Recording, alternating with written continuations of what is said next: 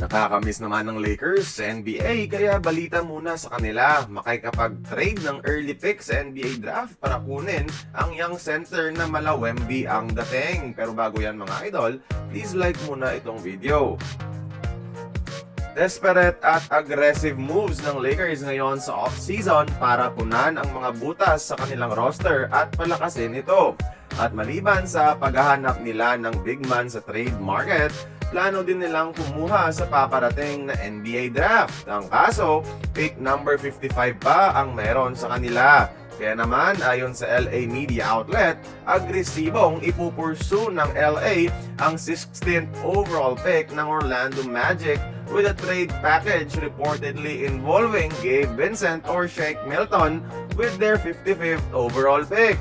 Dahil target umanong kunin ng Lakers sa pick number 16 mga idol, itong 6'11 prospect mula sa France na si Joan Beringer. At parang mala Wemby ang dating sa haba ng wingspan at taas ng potensyal nito mga idol lalo na sa depensa. Si Joan Beringer ay 19 years old pa lang at naglalaro na ng professional basketball sa Adriatico League. Kung di ako nagkakamali, ito rin yung liga ni 30 Ravenna representing Dubai. Bale, center talaga ang laro niya mga idol at isa sa mga athletic prospects sa paparating na NBA draft. On offense, siya ang perfect answer sa Lakers dahil isa siyang play finisher na type of player. Yung tipong mag-aabang na lang ng mga alley-oops, drop passes, etc. Basically, magre-rely talaga siya sa playmaking ng kakampi at tatlong magagaling na playmakers ang meron sa Lakers.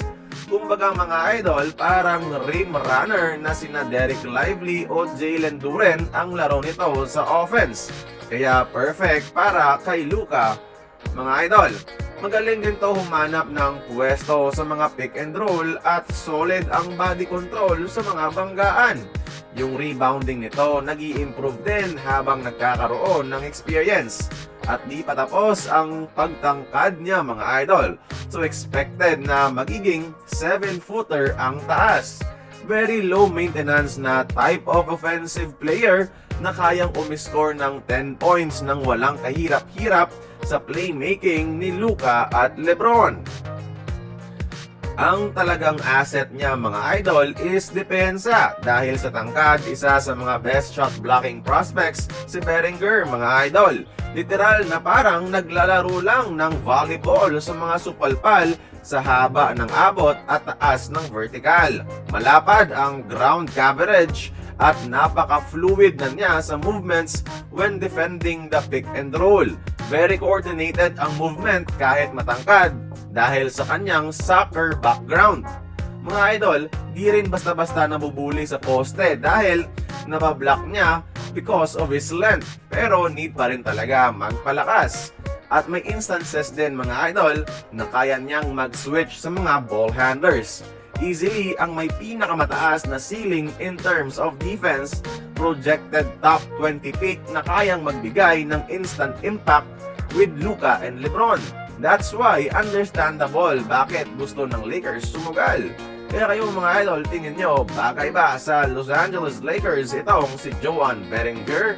Like the video mga idol kung tingin nyo and comment down below. Join the conversation. Our comment section is open.